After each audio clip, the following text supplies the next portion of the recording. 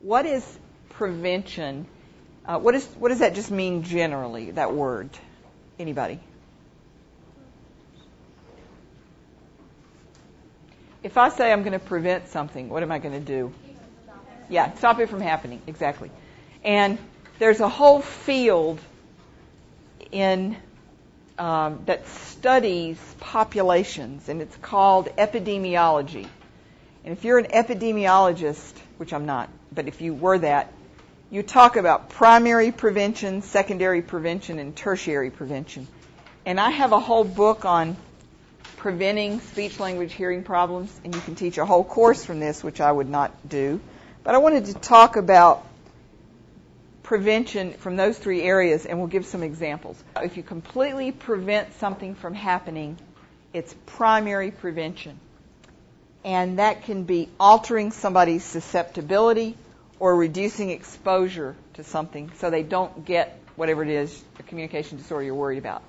All right, can you think of a communication disorder that you could completely prevent from your knowledge thus far? Although I know you haven't gotten into the text very far, but what could you prevent completely? Guesses are good. Yeah.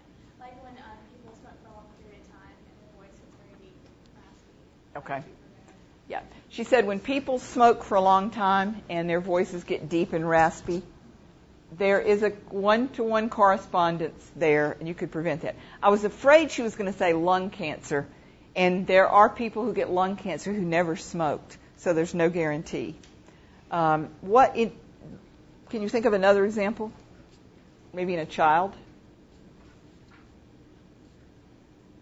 I'll give you one. There are children who are head injured from a big head injury cause is tricycles. Not the big wheels, but the old-fashioned tricycles. That's a lot of head injuries. And children are head injured, and if they're head injured in the language areas, they can have speech and language problems after a severe tricycle accident. So, how could you prevent that?